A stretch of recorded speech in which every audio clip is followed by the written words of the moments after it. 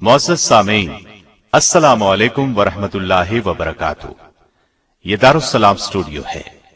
اس بار آپ کی خدمت میں ایک ایسا خوبصورت گلدستہ پیش کرنے کی سعادت حاصل کر رہے ہیں جو انتخاب ہے رب کائنات کا اپنے محبوب پیغمبر جناب محمد الرسول اللہ صلی اللہ علیہ وسلم کی دائمی اور ابدی رفاقت کے لیے۔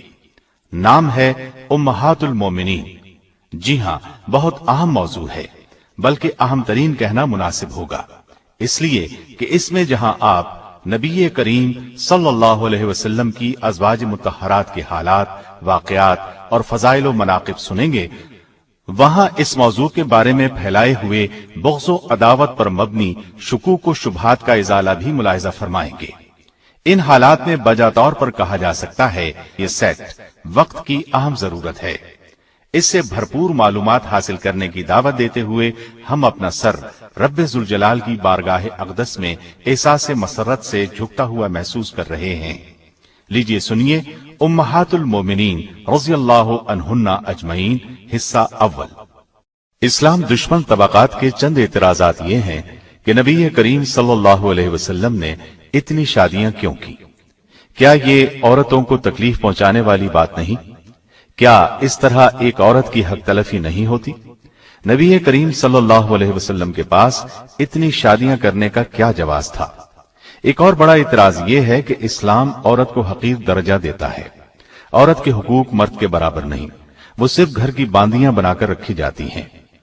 ان میں زیادہ الجھن والا مسئلہ یہ ہے کہ نبی کریم صلی اللہ علیہ وسلم نے اتنی شادیاں کیوں کی؟ پہلے ہم اس پر روشنی ڈالیں گے، پھر حقوق کی بات کریں گے، اور پھر اس کے بعد امہات المومنین کے حالات و واقعات ترتیب کے ساتھ بیان کریں گے۔ اللہ تعالی کا فرمان ہے، لَقَدْ كَانَ لَكُمْ فِي رَسُولِ اللَّهِ أُسْوَةٌ حَسَنَةٌ۔ بے شک تمہارے لیے رسول اللہ صلی اللہ علیہ وسلم کی ذات میں بہترین نمونہ ہے۔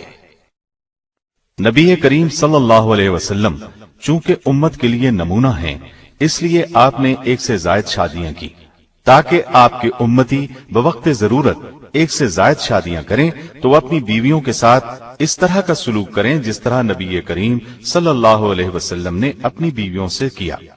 اب اگر آپ پوری زندگی میں صرف ایک شادی فرماتے تو اس صورت میں یہ نمونہ تو پیش نہ کر سکتے۔ آپ نے سیدہ خدیجہ سے شادی کی تو ان کے انتقال تک دوسری شادی نہیں کی۔ یہ ان لوگوں کے لیے نمونہ ہے جن کی صرف ایک بیوی ہو۔ اب آگے چلیے۔ نبی کریم صلی اللہ علیہ وسلم کی حیات طیبہ کے بھی ایک عام انسان کی طرح دو پہلو تھے، ایک بیرون خانہ زندگی، دوسرے اندرون خانہ زندگی۔ اندرون خانہ زندگی کو آپ خانگی زندگی کہہ لیں۔ اب خانگی زندگی کے پہلوؤں کو آپ کی ازواج مطہرات ہی دنیا پر پیش کر سکتی ہیں۔ آپ نے جو 11 نکاح فرمائے ان کی غرض و غایت یہی تھی کہ عورتوں کی ایک کثیر تعداد آپ کی خانگی زندگی کو پیش کر سکے۔ شوہر کے رازوں سے جس قدر اس کی بیوی واقف ہو سکتی ہے اتنا کوئی دوسرا ہو ہی نہیں سکتا۔ اب نبی کریم صلی اللہ علیہ وسلم کی اندرون خانہ زندگی کو صرف ایک عورت بیان کرتی تو وہ شاید دنیا والوں کی نگاہ میں اس قدر یقینی بات نہ ہوتی، لیکن جب 11 عورتوں کی ایک جماعت نے آپ کی خانگی زندگی کو لوگوں کے سامنے پیش کیا تو آپ کے وہ حالات پورے وثوق کے ساتھ دنیا کے سامنے آئے جن پر یقین کیے بغیر چارہ نہ تھا۔ اس کے علاوہ اس میں خاص پہلو یہ ہے کہ شریعت کے بہت سے احکام صرف عورتوں کے لیے خاص ہیں۔ عورتیں مردوں سے بیان کرنے میں شرم محسوس کرتی ہیں۔ اس قسم کے مسائل بھی انہی ازواج مطہرات کے ذریعے سے بیان کیے گئے ہیں۔ علاوہ ازیں نبی کریم صلی اللہ علیہ وسلم کے متعدد نکاح کرنے کی ایک وجہ عورت کے مقام اور درجے کو دنیا میں اجاگر کرنا ہے۔ اسلام سے پہلے معاشرے میں عورت کا کوئی مقام نہیں تھا، لیکن نبی کریم صلی اللہ علیہ وسلم نے بتا دیا کہ عورت کا اسلام میں وہی درجہ ہے جو مرد کا ہے۔ حیثیت، حقوق اور آخرت کے انعامات کے لحاظ سے دونوں میں کوئی فرق نہیں۔ البتہ اسلام کے نزدیک ایک مرد مرد ہے اور عورت عورت۔ اگر دونوں صنفیں آپس میں خلط ملط ہو جائیں تو زندگی کا نظام تباہ ہو جائے۔ مرد اور عورت ایک دوسرے کی کاپی نہیں بلکہ ایک دوسرے کی تکمیل کرتے ہیں، لہٰذا یہ کہنا غلط ہے کہ اسلام نے عورت کو حقوق نہیں دیے یا انہیں گھر کی لونڈی بنا دیا ہے۔ اسلام نے عورت کو عملی میدان میں آنے سے روکا نہیں بلکہ اس کی اجازت دی ہے، لیکن اس طرح سے کہ جس سے خانگی زندگی خراب نہ ہو۔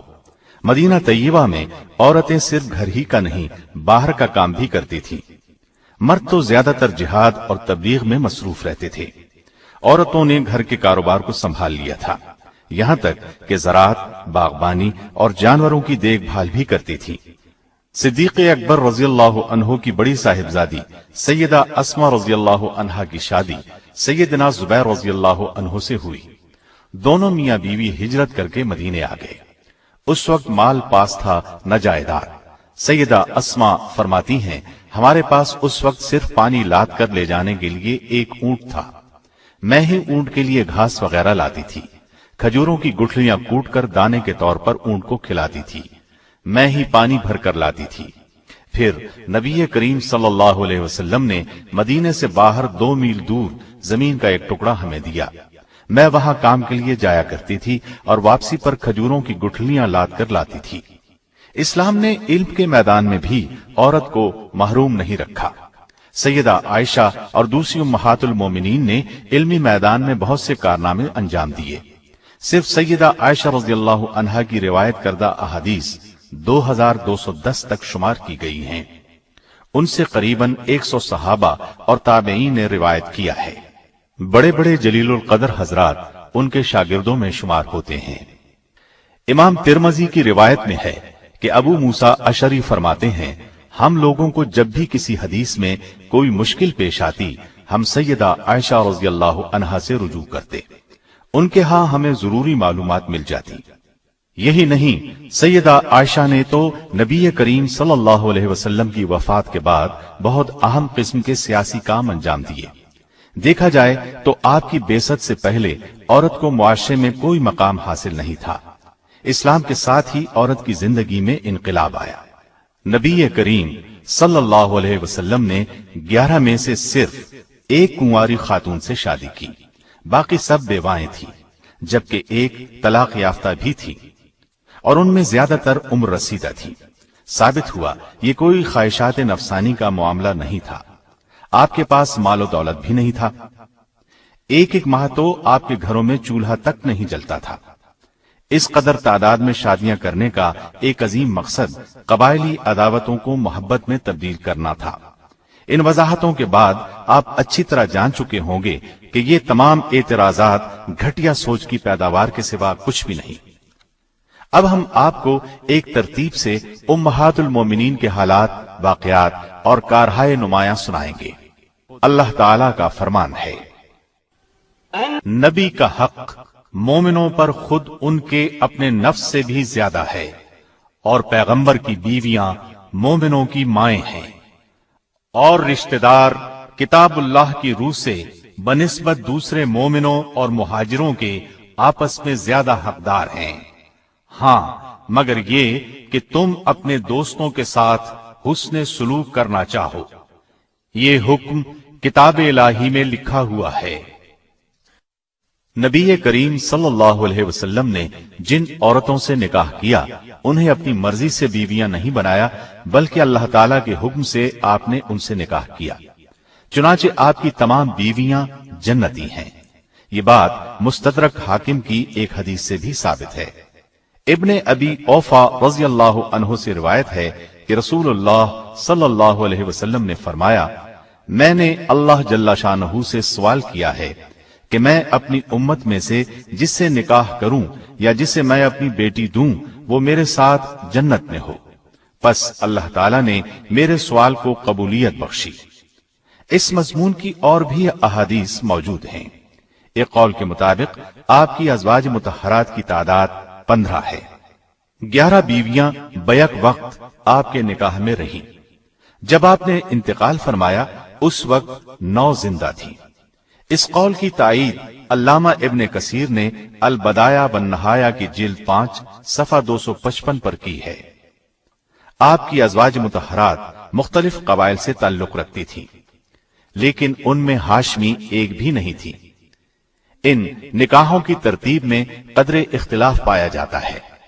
بہرحال ابن شہاب زہری کی ایک روایت کے مطابق ترتیب یوں ہے: سب سے پہلے سیدہ خدیجہ سے نکاح کیا، پھر سیدہ عائشہ سے، پھر سیدہ سودا، پھر سیدہ حفصہ، پھر سیدہ زینب بنت خزیمہ، پھر سیدہ ام حبیبہ، پھر سیدہ ام سلمہ، پھر سیدہ زینب بنت جہش، پھر سیدہ میمونہ، پھر سیدہ جویریہ، اور پھر سیدہ صفیہ رضی اللہ عنہن۔